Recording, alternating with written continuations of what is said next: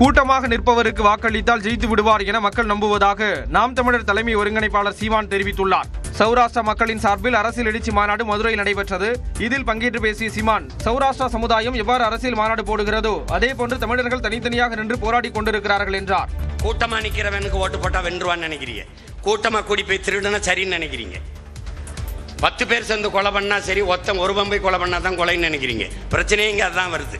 புறக்கணிக்கப்பட்டாலும் நாம் தமிழர் கட்சி தொடர்ந்து வளர்ந்து வருவதாக சீமான் கூறினார். இப்ப தேர்தலில் நாங்க போட்டியிடுறோம்ல, எங்களை போட்டியிலே வைக்க மாட்டான். நீங்க வேணா குறிச்சு வச்சுக்கிறீங்க, எங்களை சேர்க்க மாட்டான். அது மும்முனை போட்டி, அந்த முனை போட்டி, எங்களை மற்றும் பலர் மற்றவையில வைப்பான். நீங்க வேணா நான் சொல்லிட்டு போறேன், இந்த தேர்தலில் இப்ப 26 தேர்தலில் பாருங்க, மற்றவையில தான் நாங்க இருப்போம்.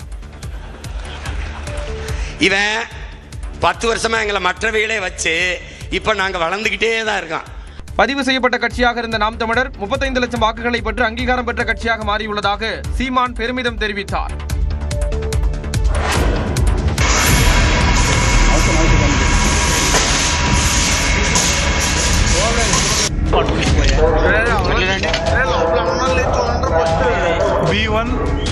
தமிழ்நாடு வழியாக இயக்கப்படக்கூடிய டாடா நகர் எர்ணாகுளம் அதிவிரைவு ரயில் ஆந்திர மாநிலம் அனகாப்பள்ளி அருகே தீப்பற்றி எரிந்து பதபதைக்கக்கூடிய காட்சிதான் இது. ஜார்க்கண்ட் மாநிலம் டாடா நகரில் புறப்பட்ட ரயில் கேரள மாநிலம் எர்ணாகுளம் நோக்கி சென்று கொண்டிருந்தது. நள்ளிரவு 1 மணி அளவில் ஆந்திர மாநிலம் அனகாப்பள்ளி மாவட்டம் இளமஞ்சிலி ரயில் நிலையத்திற்கு வந்தபோது ரயிலில் B1 பெட்டியில் திடீரென்று தீப்பற்றி எரிந்தது. அந்த பெட்டியில் ஏற்பட்ட தீ அருகில் இருந்த M1 பெட்டிக்கும் பரவி கொழுந்துவிட்டு எரிந்தது. பயணிகளின் அலறல் சத்தம் கேட்டு லோக்கோ பைலட் ரயிலை நிறுத்தினார். இதையடுத்து பயணிகள் அவசரமாக உடைமைகளை கூட எடுக்காமல் ரயிலில் இருந்து இறங்கி உயிர் தப்பினர். தகவல் அறிந்து வந்த தீயணைப்பு வீரர்கள் தண்ணீரை பீச்சி அடித்து தீயை கட்டுப்படுத்தினர். இந்த தீ விபத்தில் விஜயவாடாவை சேர்ந்த 70 வயதான சந்திரசேகர் சுந்தரி என்ற பயணி பரிதாபமாக உயிரிழந்தார். தீ விபத்து காரணமாக விசாகப்பட்டினம் விஜயவாடா வழித்தடத்தில் ரயில் சேவை பாதிக்கப்பட்டது. கடனை வைத்து மாநிலங்களை மதிப்பிடுவது என்பது உடல் எடையை வைத்து உடற்தகுதியை தீர்மானிப்பது போன்றது என்று காங்கிரஸ் நிர்வாகி பிரவீன் சக்கரவர்த்திக்கு அக்கட்சி MP சசிகாந்த் செந்தில் கண்டனம் தெரிவித்துள்ளார். காங்கிரஸ் கட்சியின் தரவு பகுப்பாய்வு பிரிவின் தலைவரான பிரவீன் சக்கரவர்த்தி தனது எக்ஸ் பக்கத்தில் வெளியிட்ட பதிவில் அனைத்து மாநிலங்களையும் ஒப்பிடுகையில் தமிழ்நாடுதான் கடன் அதிகமாக வைத்திருப்பதாக குறிப்பிட்டிருந்தார். 2010ஆம் ஆண்டில் உத்தரப்பிரதேச மாநிலத்தின் நிலுவைக் கடன் தமிழ்நாட்டை ஒப்பிடுகையில் அதிகமாக இருந்ததாகவும், ஆனால் தற்போது தமிழ்நாட்டின் கடன் உத்தரப்பிரதேசத்தை விட 2 மடங்கு அதிகம் என்றும் விமர்சித்திருந்தார். இந்த பதிவிற்கு பதிலளித்துள்ள அக்கட்சியைச் சேர்ந்த MP ஜோதிமணி, தமிழ்நாட்டின் கடன்கள் பள்ளிகள், மருத்துவமனைகள், பொது போக்குவரத்து உள்ளிட்டவற்றை வலுப்படுத்தும் நீண்டகால உட்கட்டமைப்பு முதலீடுகளை உருவாக்க பயன்படுத்தப்பட்டிருப்பதாக தெரிவித்துள்ளார். மத்திய அரசின் நிதி பகிர்வில் தமிழ்நாடு மிக குறைவாகவே பெறுவதாகவும், உத்தரப்பிரதேசம் போன்ற மாநிலங்கள் அதிகம் பெறுவதாகவும் சுட்டிக்காட்டியுள்ளார். வளர்ச்சி விளைவுகள், வரி பங்களிப்பு, அதிகார பகிர்வு மற்றும் நிர்வாகத்தின் தரம் போன்றவற்றால் தமிழ்நாடு மிகவும் முன்னேறி இருப்பதாகவும் ஜோதிமணி பதிலளித்துள்ளார். இதேபோல பிரவீன் சக்கரவர்த்தியின் குற்றச்சாட்டுக்கு பதிலளித்துள்ள MP சசிகாந்த் செந்தில், முழுமையான கடனை வைத்து மாநிலங்களை மதிப்பிடுவது என்பது உடல் எடையை வைத்து உடற்தகுதியை தீர்மானிப்பது போன்றது என்று தெரிவித்துள்ளார். சென்னையில் மாநகர பேருந்து ஓட்டுநர்கள் பணியின் போது செல்போனில் பேசினால் ஒழுங்கு நடவடிக்கை எடுக்கப்படும் என்று மாநகர போக்குவரத்து கழகம் எச்சரித்துள்ளது. சென்னை மாநகரில் பேருந்து ஓட்டுநர்கள் செல்போனில் பேசிக்கொண்டே பேருந்தை இயக்கி வருவதாக தொடர் குற்றச்சாட்டுகள் எழுந்து வந்தன. இந்நிலையில் மாநகர போக்குவரத்து கழகத்திற்கு உட்பட்ட பேருந்துகளை இயக்கும் ஓட்டுநர்கள் பயணத்தின் போது செல்போனில் பேசக்கூடாது என மாநகர போக்குவரத்து கழகம் எச்சரித்துள்ளது. இது தொடர்பாக கிளை மேலாளர்கள் உள்ளிட்டோருக்கு மாநகர போக்குவரத்து கழக இணை மேலாண் இயக்குநர் சுற்றறிக்கை அனுப்பியுள்ளார். அதில் பேருந்து விபத்துகள் மற்றும் உயிரிழப்புகள் தொடர்பாக மேற்கொள்ளப்பட்ட ஆய்வுகளில் சில ஓட்டுநர்கள் செல்போனில் பேசிக்கொண்டே பேருந்தை இயக்கியது கண்டறியப்பட்டதாகவும், இது பேருந்துகளில் பொருத்தப்பட்டுள்ள CCTV கேமராக்களின் மூலம் உறுதிப்படுத்தப்பட்டதாகவும் தெரிவிக்கப்பட்டுள்ளது. ஓட்டுநர்கள் செல்போன் பயன்படுத்துவதால் கவனச்சிதறல் ஏற்பட்டு சாலை விபத்துகள் அதிகரிக்கும் அபாயம் இருப்பதால் இனி பணி நேரத்தில் செல்போன் பயன்படுத்துவதற்கு முற்றிலும் தடை விதிக்கப்படுவதாக அறிவிக்கப்பட்டுள்ளது. பணியின் போது செல்போனை நடத்துனரிடம் கொடுத்து வைக்கவும், பணி முடிந்த பிறகே செல்போனை பயன்படுத்தவும் அறிவுறுத்தப்பட்டுள்ளது. இந்த உத்தரவை மீறும் ஓட்டுநர்கள் மீது ஒழுங்கு நடவடிக்கை எடுக்கப்படும் என்றும், செல்போனை பயன்படுத்தாமல் பாதுகாப்பாக வாகனம் இயக்குவது குறித்த பயிற்சி மற்றும் விழிப்புணர்வு நிகழ்ச்சிகள் நடத்தப்படும் என்றும் மாநகர போக்குவரத்து கழகம் தெரிவித்துள்ளது. ராமநாதபுரம் மாவட்டம் மாவட்டம் பரமக்குடியில் சாலையில் கிடந்த 1 சவரன் தங்கச் சங்கிலியை ஒப்படைத்த பள்ளி மாணவர்களுக்கு காவலர்கள் பாராட்டுகள் தெரிவித்துள்ளனர். பஜார் பகுதியில் உள்ள டியூஷன் சென்டருக்கு 12ஆம் வகுப்பு பயிலும் சிவமுருகன், செல்வம் ஆகியோர் சென்றனர். அப்போது சாலையில் கிடந்த தங்கச்செயினை எடுத்து டியூஷன் ஆசிரியர்களிடம் வழங்கினர். அவர்களின் அறிவுறுத்தல்படி அதனை பரமக்குடி நகர் காவல் நிலையத்தில் மாணவர்கள் கொடுத்தனர். ஏற்கனவே அந்த செயினை தொலைத்த ஆனந்த் என்பவர் புகார் அளித்திருந்த நிலையில் அவரிடம் செயின் ஒப்படைக்கப்பட்டது. மாணவர்களுக்கு சார்பு ஆய்வாளர் பொன்னாடை போர்த்தி பாராட்டினார். மனைவி தற்கொலைக்கு பிறகு மாமனார் வீட்டில் இருந்து வந்த அழுத்தத்தால் சுமார் 1000 கிலோமீட்டர் சென்று ஹோட்டலில் பெங்களூருவைச் சேர்ந்த தொழிலதிபர் தற்கொலை செய்து கொண்டதாக கூறப்படும் சம்பவம் அதிர்ச்சியை ஏற்படுத்தியுள்ளது. ஆன்லைன் டெலிவரி சேவை ஒன்றின் உரிமையாளரான சூரஜ் சிவண்ணாவுக்கும் கனவி என்பவருக்கும் கடந்த அக்டோபர் மாதம் திருமணம் நடந்தது. கனவி திடீரென தற்கொலை செய்து கொண்ட நிலையில் வரதட்சணை கொடுமை என மாமனார் வீட்டில் சூரஜுக்கு அழுத்தம் தரப்பட்டதாக கூறப்படுகிறது. இதனால் குடும்பத்துடன் நாக்பூருக்கு தப்பிச் சென்ற சூரஜ் ஹோட்டல் அறையில் சடலமாக மீட்கப்பட்டார்.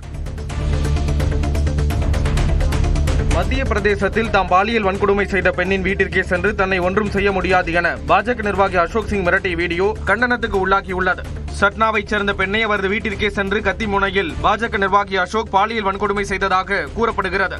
இதுகுறித்து காவல்துறையிடம் புகார் தந்த நிலையில் பாதிக்கப்பட்ட பெண்ணை நேரே சென்று அசோக் மிரட்டிய வீடியோ வெளியாகியுள்ளது. விஜயின் ஜனநாயகன் பட இசை வெளியீட்டு விழாவில் பங்கேற்ற திரைப்பிரபலங்களின் புகைப்படம் இணையத்தில் கவனம் பெற்றுள்ளது. மலேசியாவில் நடைபெற்ற நிகழ்ச்சியில் இயக்குநர்கள் நெல்சன், லோகேஷ் கனகராஜ், அட்லி ஆகியோர் சிறப்பு விருந்தினர்களாக பங்கேற்றனர். அவர்களுடனும் ஜனநாயகன் பட இயக்குநர் H. வினோத், நடிகை பூஜா ஹெக்டே ஆகியோருடனும் எடுத்த புகைப்படத்தை நடிகர் நரேன் பகிர்ந்துள்ளார். உலக புகழ்பெற்ற மலேசியா பத்துமலை முருகன் கோயிலில் ஜனநாயகன் பட வெற்றிக்காக இயக்குநர் H. வினோத் வழிபாடு நடத்தினார். விஜயின் ஜனநாயகன் திரைப்படத்தின் இசை வெளியீட்டு விழா மலேசியாவில் நடைபெற்ற நிலையில் அதன் தொடர்ச்சியாக பத்துமலை முருகன் கோயிலில் சிறப்பு பூஜைகள் நடைபெற்றன. இதில் இயக்குநர் H. வினோத் நேரில் பங்கேற்று சாமி தரிசனம் செய்தார். நைஜீரியாவில் மிகவும் புகழ்பெற்ற ஈயோ திருவிழா 8 ஆண்டுகளுக்கு பிறகு களை கட்டியது. லாகோஸ் நகரின் புதிய ஓபாவின் முடிசூட்டு விழா மற்றும் முக்கிய தலைவர்களின் மறைவு உள்ளிட்டவற்றை நினைவு கூறும் வருடாந்திர நிகழ்வுதான் ஈயோ திருவிழா. இதில் முகங்களை மூடியபடி பாரம்பரிய உடையில் ஏராளமானோர் ஊர்வலம் வந்தனர். இந்த திருவிழாவை ஆயிரக்கணக்கானோர் கண்டு ரசித்தனர்.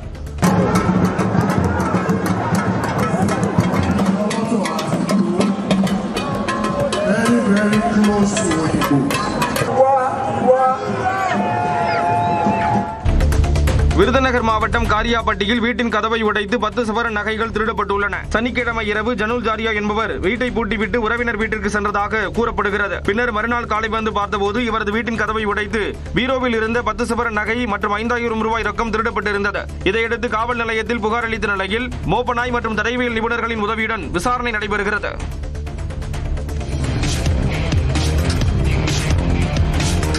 புதுக்கோட்டையில் நடைபெற்ற ஆணழகன் போட்டியில் திரளான இளைஞர்கள் தங்கள் உடற்கட்டை வெளிப்படுத்தி அசத்தினர். மொத்தம் 7 பிரிவுகளாக நடந்த போட்டியில் புதுக்கோட்டையை சேர்ந்த சேது என்ற இளைஞர் முதல் பரிசான 10,000 ரூபாயை தட்டிச் சென்றார்.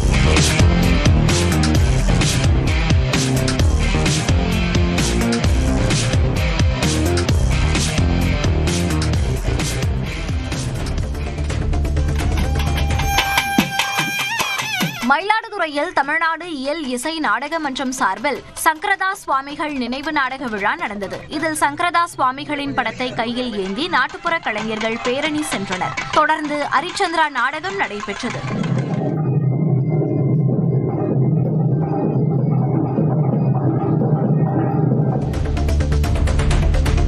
நாகை அரசு மருத்துவமனையில் காய்ச்சல் காரணமாக அனுமதிக்கப்பட்ட இளைஞர் உயிரிழந்ததால் மருத்துவர்களுடன் உறவினர்கள் வாக்குவாதத்தில் ஈடுபட்டனர். ரத்தத்தில் வெள்ளை அணுக்கள் குறைவாக இருப்பதாக அனுமதிக்கப்பட்ட நிலையில் உரிய சிகிச்சை அளிக்காததும் பயிற்சி மருத்துவர்களின் அலட்சியமும் உயிரை பறித்ததாக கூறி உறவினர்கள் வாக்குவாதத்தில் ஈடுபட்டனர். WBC கவுண்ட் கம்மியா இருக்குன்னு சொல்லிட்டு நேரத்திலேருந்து ட்ரீட்மெண்ட் கொடுக்கவே இல்லை. இது வரைக்கும் அந்த WBC இன்க்ரீஸ் பண்றதுக்கு எந்த ட்ரீட்மெண்ட் பண்ணவே இல்லை. மத நல்லிணக்கத்திற்கு அடையாளமாக தஞ்சாவூரில் உள்ள தேவாலயம் ஒன்றில் பிரார்த்தனை செய்துவிட்டு வெளியே வந்தவர்களுக்கு பிற மதத்தை சேர்ந்தவர்கள் ரோஜா பூ வழங்கினர். சில மாநிலங்களில் கிறிஸ்துமஸ் பண்டிகை கொண்டாட்டத்தில் சிலர் தகராறில் ஈடுபட்டனர். இந்நிலையில் இந்த சம்பவங்களை கண்டித்து தனியார் அறக்கட்டளை சார்பில் தஞ்சாவூர் திரு இருதய ஆண்டவர் பேராலயத்தில் பிரார்த்தனை முடித்து வந்தவர்களுக்கு கேக், பூ உள்ளிட்டவை வழங்கப்பட்டன. தமிழக கேரளா எல்லையான தென்காசி மாவட்டம் புளியரையில் நிலவிய ரம்மியமான சூழலை சுற்றுலா பயணிகள் ரசித்து மகிழ்ந்தனர். அஸ்தமன நேரத்தில் வயல்வெளியில் நிலவிய ரம்மியமான சூழலை உள்ளூர் மட்டுமின்றி வெளிநாடுகளைச் சேர்ந்த சுற்றுலா பயணிகளும் பார்த்து ரசித்தனர்.